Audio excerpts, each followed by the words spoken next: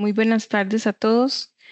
Bienvenidos al webinar Escritorios Virtuales Seguros con MDI e Inteligencia Artificial, a cargo del ingeniero Wendel Rodríguez.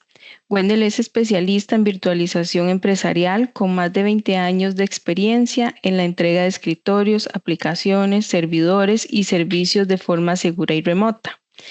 Es certificado en Citrix, Microsoft, VMware, AWS, One Cloud y arquitecto de soluciones en tecnologías de multiplexación para escritorios MDI de la empresa One Technologies. Ha implementado infraestructura en la nube y en centros de datos, tanto a nivel local como internacional, para los sectores financiero, de seguros, salud, educación, industria y retail. Los dejo en buenas manos con Wendel. Adelante. Buenas tardes a todos. Para mí es un placer y un gusto tenerlos por acá. Me alegra mucho ver tanta audiencia entre nosotros. Y sí es bonito, ¿verdad? Una tarde que sea cálida y placentera, y espero poder transmitir bien el mensaje que quiero presentarles. De nuevo, agradecer a mis compañeros aquí en SEA y a todos los invitados. Esta es su casa y vamos a aprovechar el tiempo para tener esta presentación de este webinar. Esta presentación está siendo grabada también para efectos de poder revisarla posterior. Y mi compañera Carla también va a ver en el tema de chats, si hay alguna pregunta, pueden hacerla a través de el chat o me levanta la manita para poder hacer algún tipo de despeje de dudas. Pueden hacer cualquier pregunta durante cualquier momento, siéntanse en completa libertad de hacerlo, para que las ideas y los elementos expresados se puedan dar en una buena forma. Así es que iniciamos con este webinar. Un tema que vemos en estos tiempos es la parte del Digital Workspace. Muchas empresas hablan del Digital Workspace como el espacio de trabajo digital que tienen los colaboradores de una empresa. Vamos a ver que en este punto, ¿qué es lo que se quiere orientar o qué es lo que se quiere hacer con el Digital Workspace?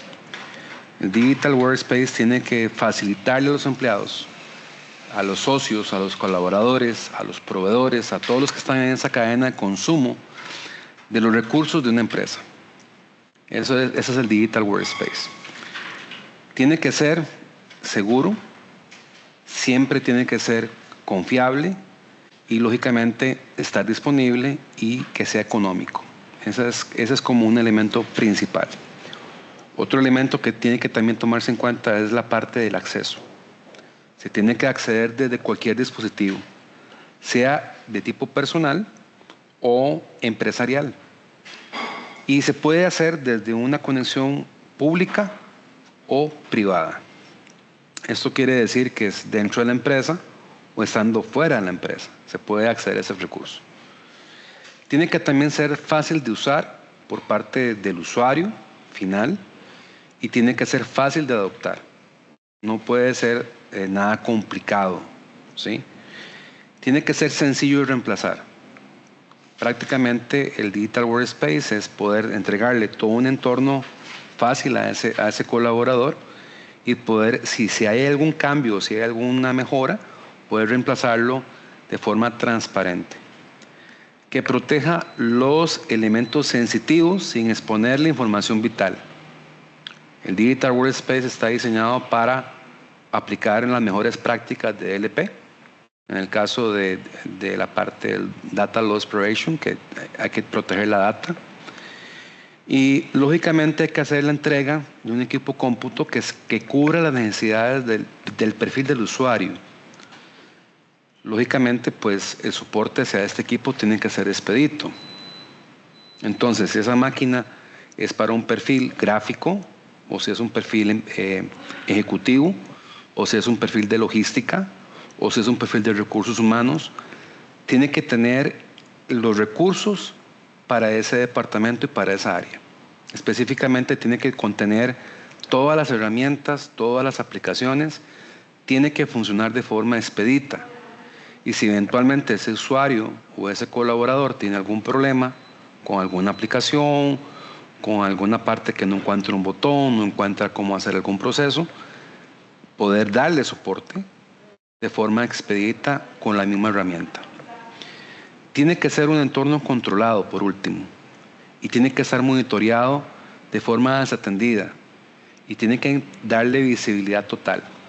Entonces, si vemos estos puntos, muchos de estos puntos no lo podemos cumplir con un entorno físico, porque el entorno físico está limitado. Y vamos a darnos cuenta en este webinar porque una PC normal o un PC tradicional no tiene esa capacidad para poder darle el entorno del Digital Workspace. El Digital Workspace podemos entenderlo prácticamente o podemos verlo, ciertas partes de él, total o completo, parcial, en esos tres entornos, que vamos a verlo normalmente en todas las empresas. En algunas empresas tenemos solo el entorno físico, que es la PC que nos entregan o la laptop o el equipo que está asignado. Y esta PC, lógicamente, aparte de ser un equipo limitado, es la interfase mía, de mi persona, entre el teclado y la silla, para usar un recurso. Entonces, lógicamente, ese equipo tiene un alto nivel de mantenimiento y un alto nivel de soporte.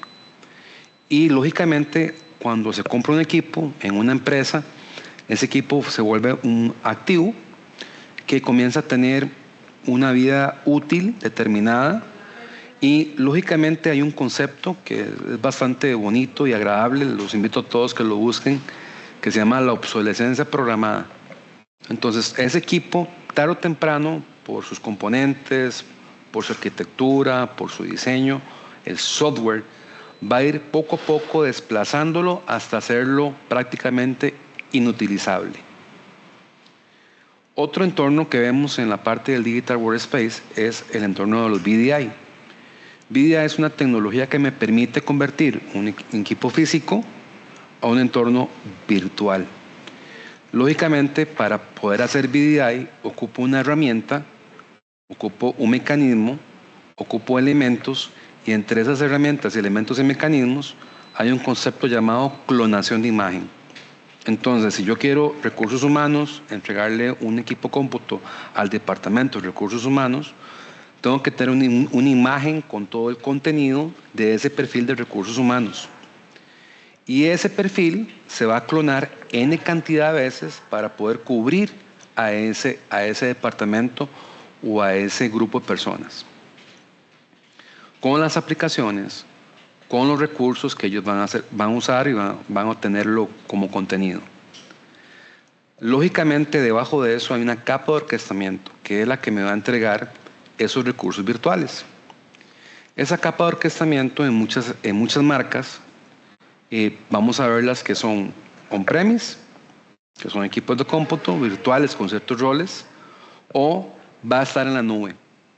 Pero va a haber una capa de orquestamiento, va a haber un motor, va a haber componentes, bases de datos, interconexiones, APIs, un montón de elementos de red, etcétera, conexiones a SAN, conexiones a NAS, que cuando funcionan en conjunto, arman ese equipo y lógicamente eso es altamente costoso y altamente complejo de administrar. Y por último vamos a ver el concepto de MDI. ¿Qué es MDI? MDI es Multiplexing Desktop Interface. Y lo que me va a permitir es crear un entorno que tiene todas las maravillosas capacidades que tiene VDI, que es convertir un PC en algo virtual, pero ya no va a estar limitado, número uno. Porque esa máquina yo puedo crecerla, hacerla más grande, hacerla con más memoria, con más procesador, con más almacenamiento, de forma elástica, de forma flexible, y puedo eliminar los costos administrativos de esa máquina virtual. Lógicamente ya no ocupamos una capa de orquestamiento porque MDI no ocupa una capa de orquestamiento como lo hace VDI. Es simplificado porque la tecnología hace que un solo equipo pueda entregar múltiples máquinas virtuales de forma simultánea y de forma concurrente. Algo que me permite también hacer esto es la parte económica, porque es extremadamente económico. Tiene un gran impacto a nivel de componentes y recursos. Como ya no hay capa de orquestamiento, ya no hay clonación de imágenes, entonces no ocupo tanto almacenamiento, ni ocupo tantos componentes, ya sea en nube o en tierra. Y esto me permite poder tener una mejor capacidad en el ahorro de mis recursos. Y un elemento muy importante que también tenemos en la parte de virtualización es la parte de reutilizar los componentes. Yo puedo reutilizar máquinas, yo puedo reutilizar equipos que ya tienen una vida útil que ya no están funcionando. Y esto rompe el concepto de obsolescencia programada. Entonces puedo darle más vida útil y extender la vida útil a un equipo físico y llevarlo a más usos o a más horas de usos dentro de la empresa. Ese es el concepto de reutilización. ¿Cómo se despliega MDI en la red? En la red puedo consumirla dentro de mi LAN y eso me permite generar una conexión de mi equipo final físico hacia ese recurso que está en el data center o en la nube y va a ser completamente cifrado de extremo a extremo. ¿Qué significa esto? Que hay una normativa que se llama normativa FIPS 140 que está con el cumplimiento por la Interpol, por el FBI, por la NSA, por departamentos gubernamentales de los Estados Unidos, que me permite crear esa conexión cifrada de punto a punto. Y esto me permite a mí no tener que implementar IPsec. IPsec es una tecnología que me permite en mi red LAN, mi red interna, ya sea sobre mi LAN o sobre mi VLAN, poder cifrar la información a nivel de IP. Entonces, IPsec es toda una tecnología que me permite adoptar cifrado dentro de mi LAN. Con esta tecnología de MDI no requiero esa encriptación de LAN.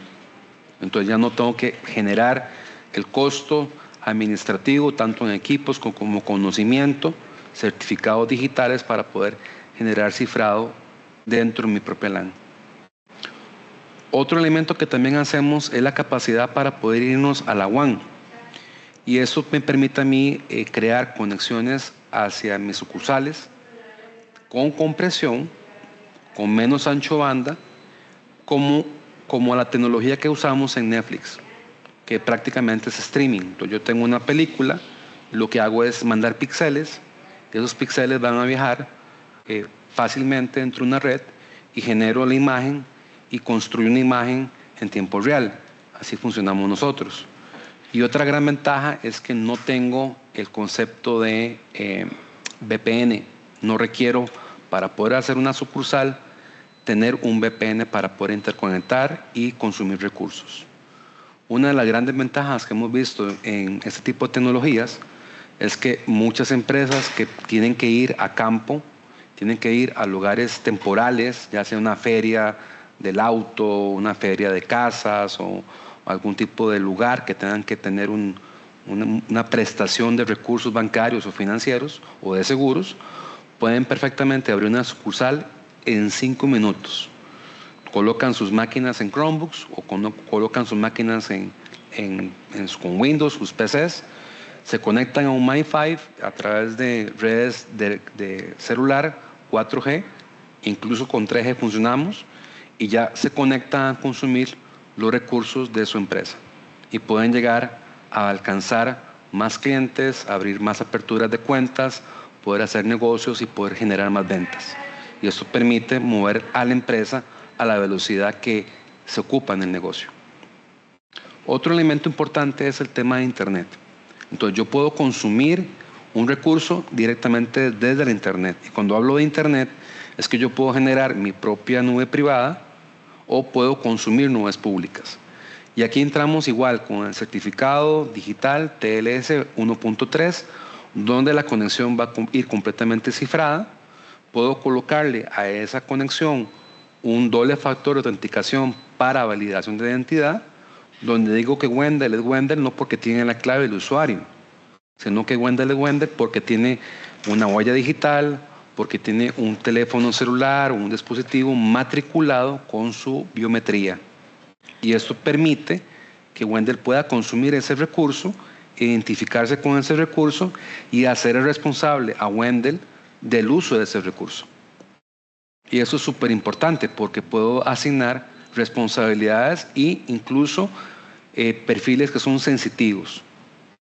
Por darles un ejemplo, el que hace transferencias bancarias, el que hace depósitos en cuentas o el que hace algún tipo de datos sensibles, esa persona tiene que por fuerza tener una validación de identidad. Y la única forma para hacer eso es colocándole biometría. Y esa capa se la podemos asignar tanto al escritorio como a una aplicación. Valga mencionar que el consumo de conexión entre mi dispositivo local y el consumo de conexión que tiene esa máquina con la nube o con mi data center, ya sea que esté en la LAN, en la WAN o en Internet, va a ser de 64 a 128 kbps. Eso significa, por usuario, significa que yo con 1 mega de Internet puedo conectar de 8 a 10 usuarios a través de esta tecnología. ¿Cuáles dispositivos puedo utilizar? Los dispositivos que puedo utilizar con ese tipo de tecnología son estas 4 grandes soluciones. Microsoft, con sus ediciones empresariales, todos podemos utilizar todas las versiones completas, tanto en las versiones Intel como ARM, porque ya hay Windows IoT para máquinas que son dispositivos como tablets. Linux en todas sus versiones, tanto ARM como Intel, sus procesadores en ese estilo. Y Android con versiones Intel y ARM. Sí hay una versión de Android para Intel. Es sorprendente que eso exista, pero así funciona. Entonces, todos los teléfonos Android pueden funcionar con esto. Y no más importante, pero también sin dejar de olvidar, todos los equipos en Mac y los teléfonos en iOS. Todos los iPhone y iPads disponibles pueden interactuar con el consumo de esta solución. O sea, todo el ecosistema completo puede funcionar. Si ustedes ven la pantallita, dice BIOD, que en inglés es Bring Your Own Device. Y el concepto es trae tu dispositivo, no hay ningún problema que sea tu equipo personal, porque lo que yo voy a inyectar en ese dispositivo es mi aplicación empresarial o mi escritorio empresarial. No voy a afectar ni con tu máquina ni con tu dispositivo personal. Puede interactuar perfectamente bien. Y en este caso también podemos usar los equipos empresariales. ¿Cuáles plataformas puedo utilizar? Como dije al principio, puedo utilizar mi propia nube, que en este caso es mi data center. Yo puedo tener mi data center con cualquier hipervisor existente que tenga yo en ese momento, sea Microsoft, sea VMware, sea Citrix, sea Proxmox, sea Nutanix, sea lo que tengas. Puede ser Red Hat, puede ser KVM, lo que sea. Somos agnósticos al hipervisor. También puedo consumir cualquier nube. ¿Qué significa esto? Que puedo irme a AWS con S2, puedo irme a Azure, puedo utilizar entornos en Oracle, puedo también usar Google. Cualquier plataforma de nube es compatible con nuestra solución. Cabe mencionar, y hago un paréntesis, porque hace unos días discutía hablábamos con un cliente prácticamente con el concepto de MDI y algunas soluciones de nube. Las soluciones de nube que ofrecen tecnologías de escritorios virtuales están creadas para mantener al cliente dentro de esa nube. Nosotros podemos ser multinube y no estamos vinculados a una nube en específico. Por lo tanto, podemos interactuar con diferentes marcas, no solamente on-premise, como también en nube. Y esto no limita ni amarra al cliente a una marca de nube o de hipervisor. No lo obliga a nada. Puede utilizar su propia nube o la nube que mejor le considere en precio o en servicio. Y por último, este servicio de tecnología que estamos ofreciendo también se consume como un DaaS. Es un servicio. Entonces puedes consumir tu escritorio como un servicio. Vamos a entrar en el concepto de protección del escritorio virtual. Prácticamente nosotros tenemos varios elementos que podemos hacer a diferencia de lo que se hace con una máquina física. Y esto es muy interesante porque podemos blindar el modo de cómo se entrega el escritorio virtual. Entonces yo puedo crear máquinas completamente blindadas que cuando yo las entregue y las aprobocione hacia la persona o hacia el perfil que yo quiera, ese perfil puede ser completamente desechable, ¿sí? Y esas máquinas se van a destruir, se van a entregar una vez que se termine la conexión con el equipo. O puedo hacer perfiles que tengan ciertas limitaciones. Haga esto, pero no puede acceder a este y este recurso. Puede utilizar este recurso, pero los demás que están dentro del equipo no se pueden utilizar. Como mencioné anteriormente, también puedo generar biometría con el doble factor de autenticación, pero también puedo designar a una máquina con un nombre, con un recurso y permitir dispositivos autorizados. ¿Qué significa esto?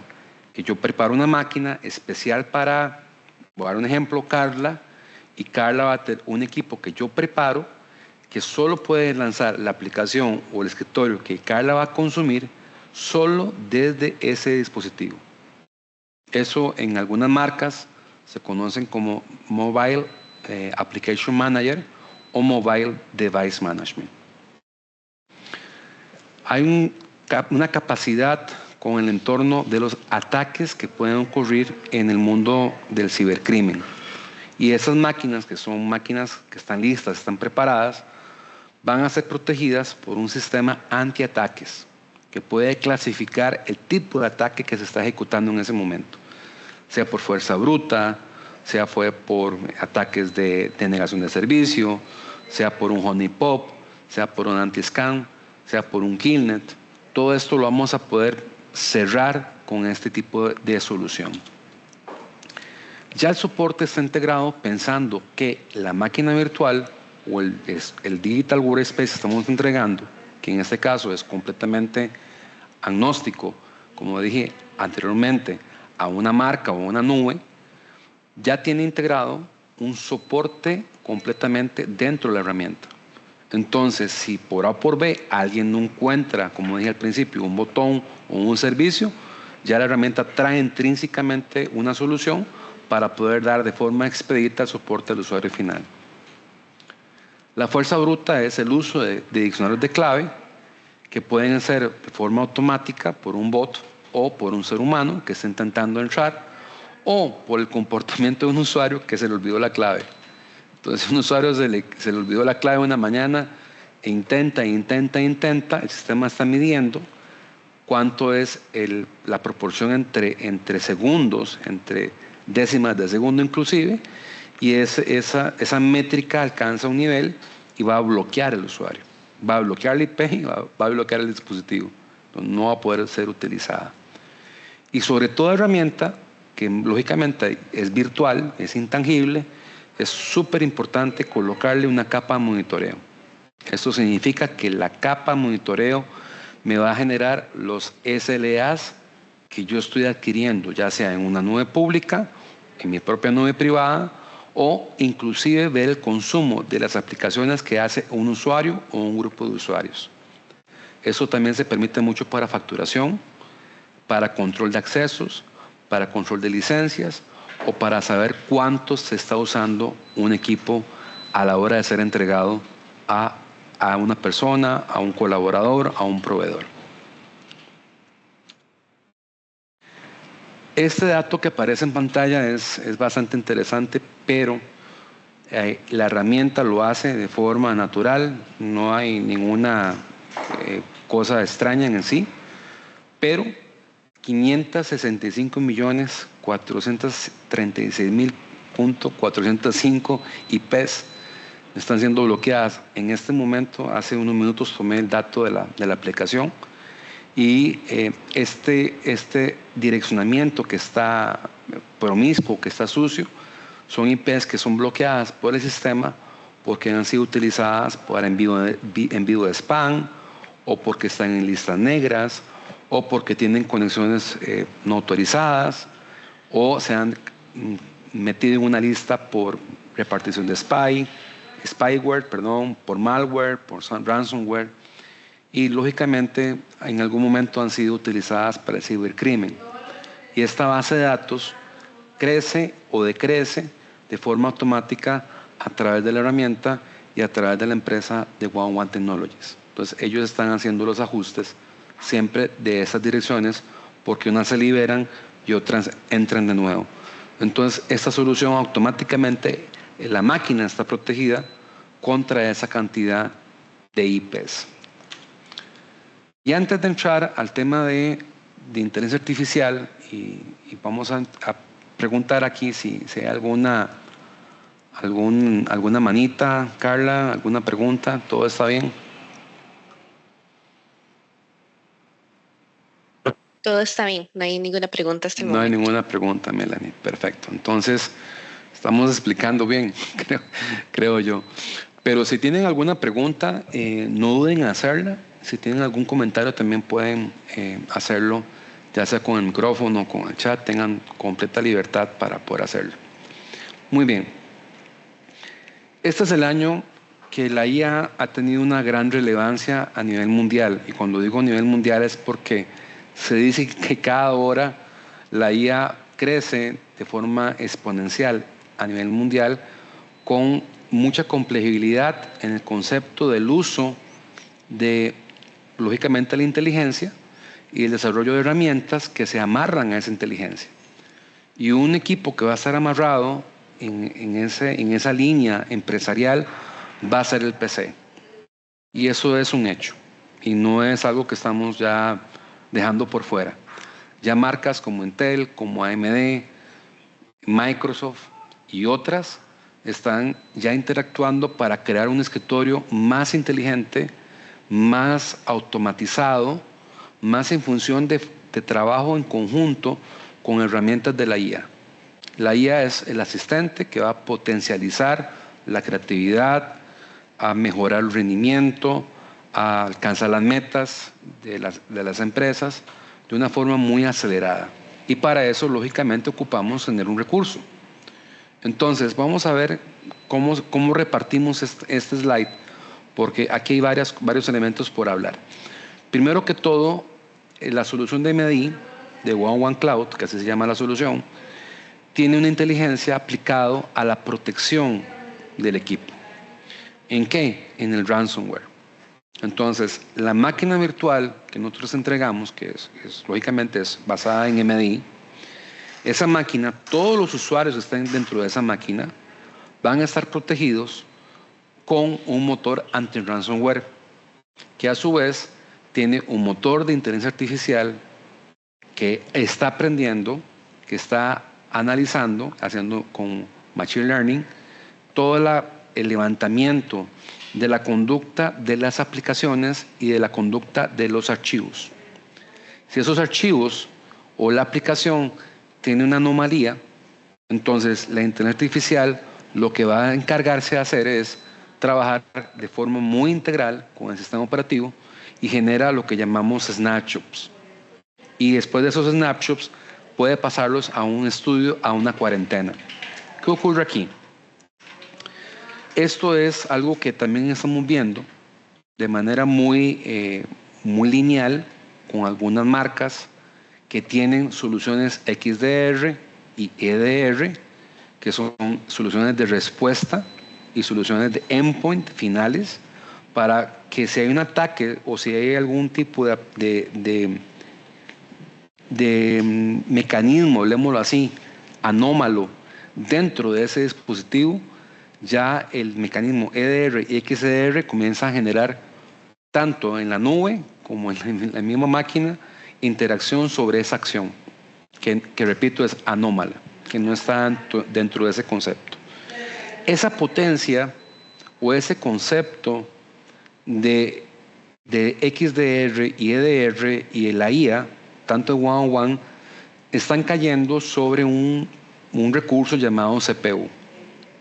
Pero a partir de hace ya 2-3 años, los NPU se están integrando dentro de las soluciones físicas en el mundo de hardware físico, tanto en laptops como PCs como en servidores, e inclusive embedidos dentro del mismo CPU que tiene un equipo. Entonces, el NPU es un Neural Process Unit, y esto prácticamente el procesador es neural, y esto lo que permite es que esos cálculos matemáticos, esos algoritmos que se utilizan para IA, no van a recaer en el CPU principal, sino que van a recaer en el NPU.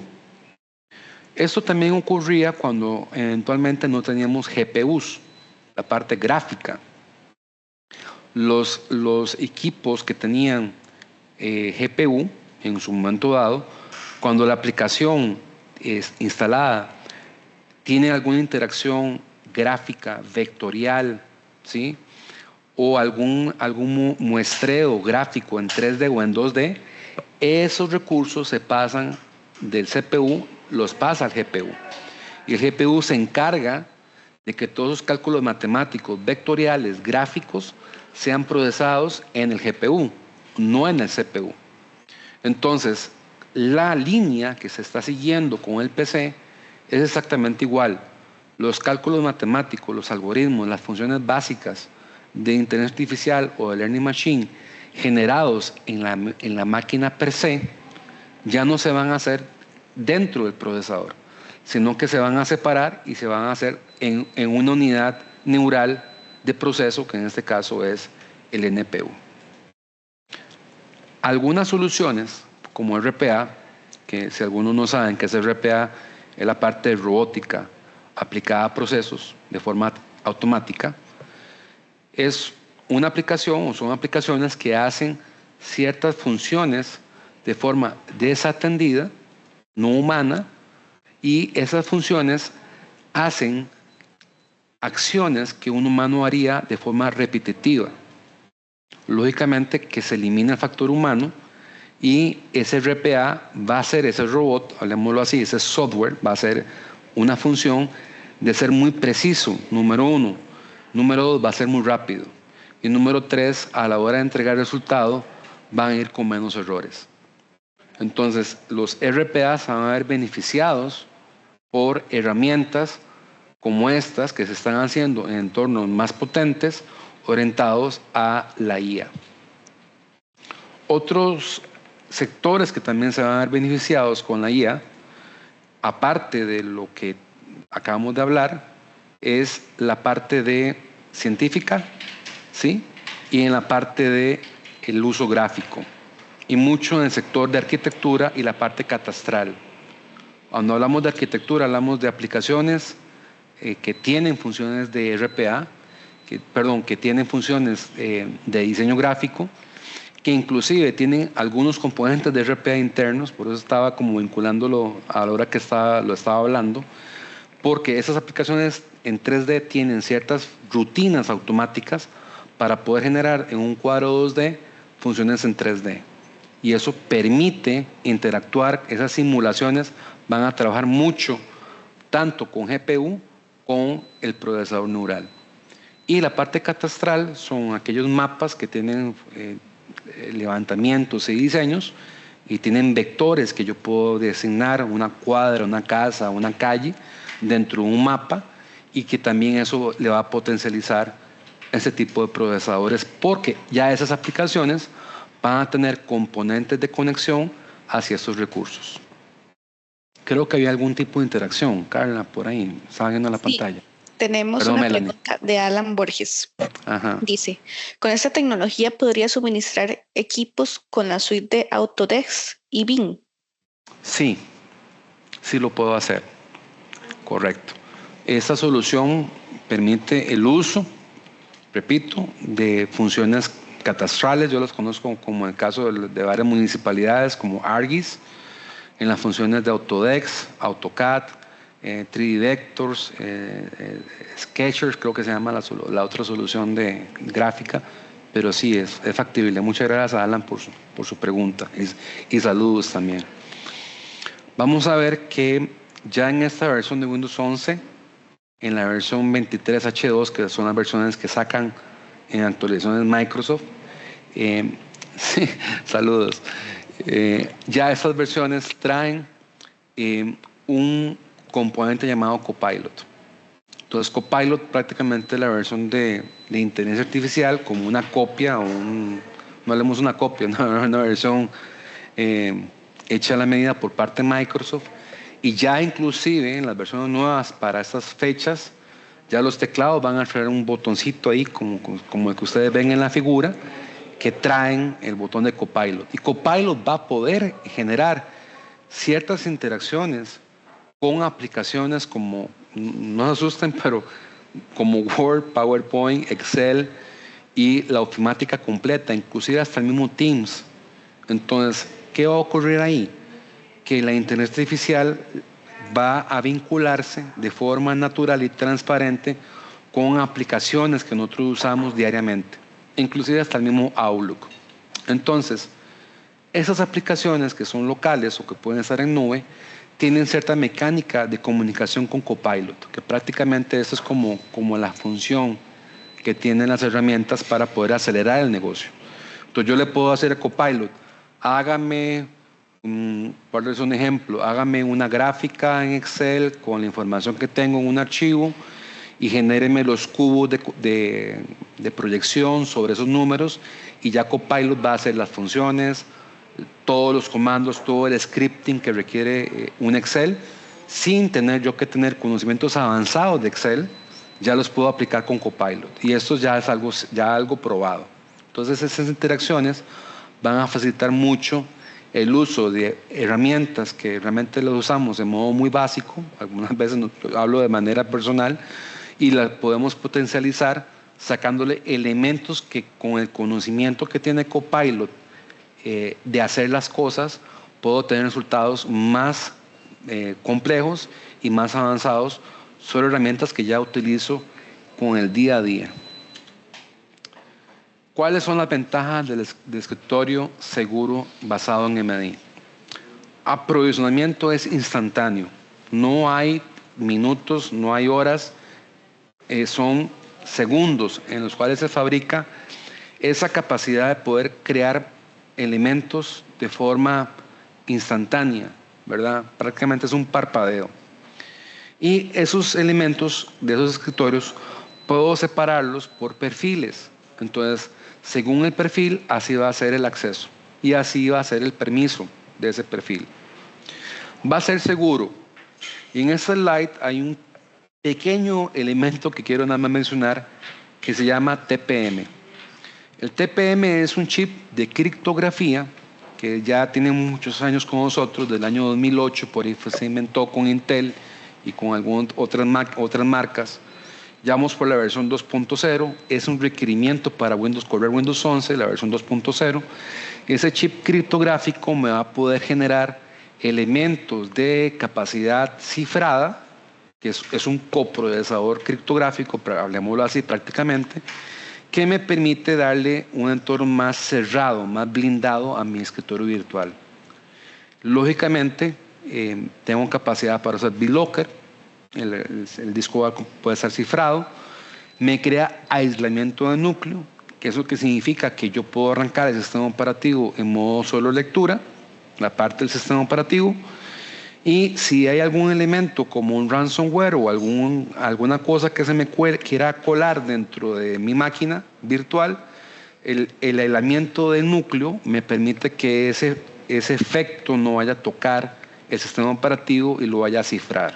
Entonces es algo importante que puedo tenerlo en un escritorio virtual.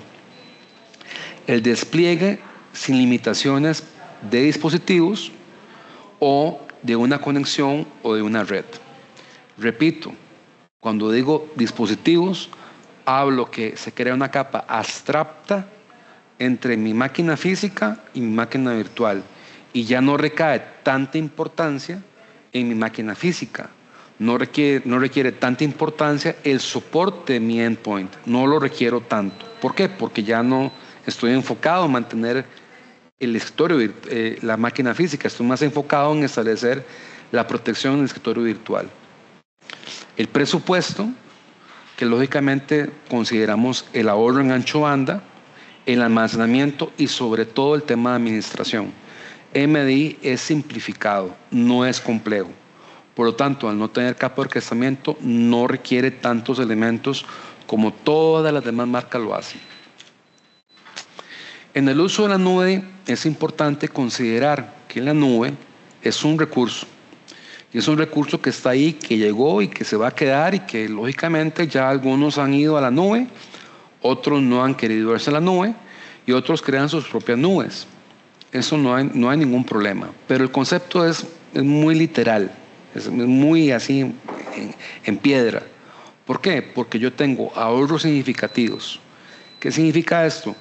Que tengo capacidades para tener licenciamientos diferenciales, ¿sí? Plataformas y servicios que pueden ir a la nube, que me puedo ahorrar, lógicamente, en un montón de equipos, de recursos. Tengo la disponibilidad que me ofrece las nubes o la nube para tener continuidad de negocio. Siempre la alta disponibilidad. Repito, yo en un entorno privado, en una nube privada, puedo tener elementos de alta continuidad y puedo tener elementos de interconexión con nubes. Entonces yo puedo tener mi propia nube privada junto con la interconexión por continuidad de negocios a una nube, llámese AWS, que por cierto nosotros somos partner de AWS con personal certificado en arquitectura de nube. Eso es muy importante que lo sepan ustedes, que SEA Servicios Múltiples es una empresa que tiene personal certificado como arquitecto de nube. ¿Qué pasa con la portabilidad? Hay aplicaciones que no nacieron para nube. Hay aplicaciones que son monolíticas, que no les permite esa capacidad de llevárselas a la nube por X razón, por lenguaje, por compilación, por tipo de base de datos, etc. Nosotros con esa tecnología podemos llevar aplicaciones delegadas, ¿sí?, hacia una nube, ya sea pública o privada. No hay ningún problema a la hora de autodesplegar o de portabilizar esa aplicación. Esto es inclusive sin cambiar un código de línea, o sea, no hay que invertir ni siquiera en programación, porque puedo tener una aplicación que no nació para Android, o que no nació para Mac, o que no nació para Linux, que puede correr en Mac, en Linux o en Android, de forma transparente a través de esa tecnología. La flexibilidad que tiene la nube es de crecer y de crecer. Esto es súper importante entenderlo desde el punto de vista mecánico, porque lógicamente si yo tengo una alta demanda en el mes de noviembre y diciembre y enero, porque son meses de altas ventas o altos consumos de cómputo, puedo consumir ese cómputo si utilizo nubes públicas de forma flexible, ¿sí? Y eso me permite poder tener ese recurso a la mano que lógicamente la nube me lo puede ofrecer. Y con esto, puntualito, yo quería dar como unos minutos para ver si hay preguntas, si hay dudas, si hay comentarios, qué les pareció. Adelante, Melanie, quedo a su plena disposición. Tenés una pregunta de Ronald Picado. Ajá. ¿Cuáles serían las diferencias más relevantes entre una solución entre esta solución, y Azure Virtual Desktop? Claro, la solución, esa ya la he tenido, inclusive creo que esta semana o la semana pasada había comentado con un cliente de este tipo de diferencias. Hay una solución que tiene Microsoft que está en Azure y como lo mencioné anteriormente en un slide, nosotros no estamos vinculados a una nube específica. Entonces, con Azure yo tengo que depender de la infraestructura de las nubes o las zonas protegidas de nubes que tiene Azure, así como tiene AWS, que tiene zona este, zona oeste y tiene otro tipo de zonas de protección. Nosotros podemos, con esa tecnología, poder no codepender de una marca o de un proveedor. Entonces, en esa solución de Azure, son muy parecidos en el sentido de las funciones como las hace Azure, ¿sí?, de entrar en un escritorio, entrar en una aplicación, pero a su vez nosotros no tenemos que depender de la plataforma que está debajo de eso sosteniéndolo. Ahora bien, si el cliente ya tiene una solución así, le invito a que pruebe nuestra solución en Azure para que pueda ver cómo una solución de esa tecnología puede brincar hacia otra nube de forma transparente, y él es un Cloud Connector. Entonces, como es un Cloud Connector, no está vinculado, no está amarrado hacia la parte de infraestructura de nube. Nuestra herramienta está basada en nube, nació en nube. Entonces, conocemos las nubes. Entonces, ¿qué pasa con esa interacción? Bueno, que la mecánica es más open, más abierta que la solución de Azure. por ende, pues creo que más económica. Adelante, ¿qué otra pregunta, Melanie? Es que la pantalla la veo muy chiquitita, perdón. Tenemos la pregunta tanto de Alan como de Esteban sobre el esquema de licenciamiento. A nivel de costos, el esquema de licenciamiento, ¿cómo funciona? ¿Mensual, bajo demanda? Sí, esta solución tiene un esquema que está basado en certificar que la máquina que corra nuestra herramienta permita la capacidad de hasta 25 usuarios en una sola máquina. Entonces, con solo una máquina virtual, ya sea en nube, on-premise o donde usted lo quiera correr, esa máquina tiene que tener la capacidad para poder correr 25 máquinas virtuales sobre ella misma. Como no hay clonación, no existe esa división de licenciamiento de 25 licencias distribuidas, sino que solamente se consolida en una sola. El licenciamiento se hace de forma anual, es una suscripción anual, donde el cliente se compromete en ese caso a mantener toda una infraestructura y puede decrecer o crecer al siguiente año o cuando él lo mejor lo quiera hacer. Por ejemplo, si él empieza con un licenciamiento determinado al principio, pero crece porque quiere crecer, se puede hacer un ajuste de licencias y se puede crecer en tamaño. El concepto de la licencia es concurrente y esta es la licencia más linda de todas, ¿verdad? Porque la licencia nombrada por dispositivo o por usuario casi siempre encarece la solución. La solución concurrente, yo puedo tener una licencia y poder tenerla en un pool de licencias. Entonces, cualquier persona que consuma o que tenga autorización a consumir esa licencia puede generarlo a nivel de conexión instantánea. Y a la hora que él toma la sesión, él toma la licencia y esa licencia, cuando ya él sale del sistema, el sistema devuelve esa licencia a la máquina, ¿sí? Y para efectos de costos, como esto es un webinar de tecnología y yo estoy en la parte preventa de esa solución, con mucho gusto puede también escribirnos, puede hacerlo llegar a través del correo que se le mandó para la invitación de este webinar o a través de alguno de nuestros ejecutivos de cuenta, y yo con mucho gusto le puedo decir que la solución es más económica que muchas que están en el mercado. Y cuando hablo económica tenemos que ver toda la foto completa, ¿verdad? Capa de orquestamiento, licenciamiento individual, en nuestro caso no es individual, es compartido, recursos que se van a ocupar en otras soluciones, nosotros ocuparemos la tercera parte de mucho de lo que se utiliza en otras marcas. Entonces, a nivel de costos es completamente diferencial. Tenemos otra pregunta de Ronald Picado y dice, en este caso, el uso en la nube, perdón, en el caso del uso en la nube, entonces el costo sería licenciamiento por usuario más uso de los servidores. Sí, si quiere hacerlo así o si quiere consumirlo como un DAS, que nosotros se lo demos como una llave en mano, todo como un servicio, lo podemos hacer.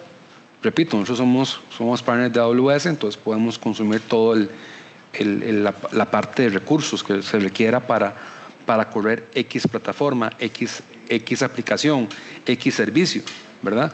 Si eventualmente ya vemos que la solución, el cliente dice, no, yo ya tengo infraestructura mía, ya tengo una estructura hecha en Azure, o tengo una estructura hecha en Oracle, o tengo una estructura hecha en AWS, o tengo mi infraestructura on-premise, para nosotros es indiferente porque la licencia nuestra lo que va a hacer es a nivel de servicio, para el uso de la tecnología como tal. Sí. No sé si le respondí bien o si estamos... Si lo respondí bien, espero que sí, don Ronald, espero que sí. Muy bien, yo creo que estamos a tiempo. Muchísimas gracias, don Ronald, por sus preguntas, muy buenas. ¿Sí?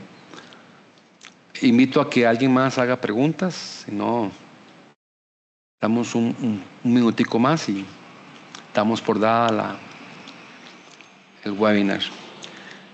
Quienes quieran copia de esta presentación, nada más nos hace saber, yo con mucho gusto la genero como un PDF para que la puedan tener con ustedes y puedan revisar toda la información que vimos durante la presentación.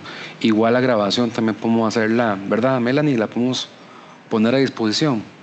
Por supuesto, nada más si tengo personas que no estaban registradas, entonces si nos Ujú. pudiesen enviar el correo electrónico para Sí, compartirles esa ok. información. Pueden escribir ahí a través del chat su correo electrónico y con todo gusto es un placer poder mandarle la información con el resumen de esta presentación. Si quieren más información sobre la herramienta o tecnología, también tenemos otro tipo de material que también pueden tener como referencia para poder utilizarlo. Ya esta tecnología la usamos en banca, la usamos en seguros, la usamos en cooperativas, la usamos en sindicatos, por cierto, en la parte educativa, inclusive en nuestra propia empresa, quien sea, toda la parte conglomerado, tanto Grupo El Ángel como el Panal ICEA, utilizan tecnología de One One Technologies con One One Cloud, que es esa tecnología MDI que estamos hablando como herramienta de todos los días. Todos los días usamos esta herramienta. Entonces consumimos, usamos lo que estamos ofreciendo al cliente con toda la certeza que esto va a funcionar, con toda la tranquilidad que le puede dar de paz mental a la hora de adquirir una herramienta como esta. Así es que si ya no hay nada más por Una decir. pregunta más de Edwin Ok. Ramírez. Don Edwin ¿Utilizan Ramírez. POC para probar? Sí, nosotros tenemos una forma muy interesante de poder hacer que esta solución el cliente la pueda tocar, que la pueda probar. Una demo es muy diferente a una POC. Una POC es en sitio, con la persona, con sus herramientas, con sus aplicaciones, con sus retos diarios de cómputo, de servicios, ¿verdad? Entonces nosotros tenemos una capacidad para poder hacer pruebas de concepto. Simplemente firman un acuerdo, el cliente firma un acuerdo muy sencillo, los días de uso, la cantidad de usuarios que vamos a usar, los cortes para instalar, para revisar y para desinstalar. Y una vez que haya firmado ese acuerdo, se programa la cita y entre 30 y 45 minutos, a lo mucho, una hora, queda lista la prueba de concepto por parte del cliente. Lo que el cliente tiene que proporcionar es simplemente dónde se va a correr la prueba de concepto y listo. Puede usarla y puede probarla y puede someterla a todo el estrés y a toda la verificación que quiera hacer para hacer un test drive, ¿verdad? Y lo meta ahí en huecos, en calles, en subidas, en todo, en cuestas, ¿verdad? Así es que sí, la prueba de concepto la tenemos como algo muy definido y como un servicio que podemos dar. Y no hay costo, que esa es la parte que a veces la gente pregunta, ¿verdad? ¿Tiene algún costo? No tienen costo. El costo es que usted ponga su tiempo y su esfuerzo y su esmero y pruebe la herramienta, con mucho gusto. ¿Algo más, Melanie? No, de momento ya no tenemos ninguna otra consulta. Entonces yo creo que estamos bien. Siendo así, pues sería cerrar el webinar, agradecerles a todos los que participaron, a todas las que participaron en esta reunión. Les agradezco muchísimo y lógicamente pues estamos aquí para servirles. Y ahí está, en el QR está el enlace del fabricante que tiene directamente su sitio web con todo lo que es la parte de la descripción del aplicativo y de la solución de One One Cloud, que así se llama la herramienta, One One Cloud. Y lógicamente pues agradecerle su tiempo y su esmero y su participación a don Ronald, a la gente del MOP. De verdad tenernos acá es un placer y esperamos aquí ser su socio, aliado en tecnologías. Muchísimas gracias, Melanie, Carla, a todos. Muy buenas tardes. Muy buenas tardes a todos. Muchas gracias. Hasta luego, hasta la próxima.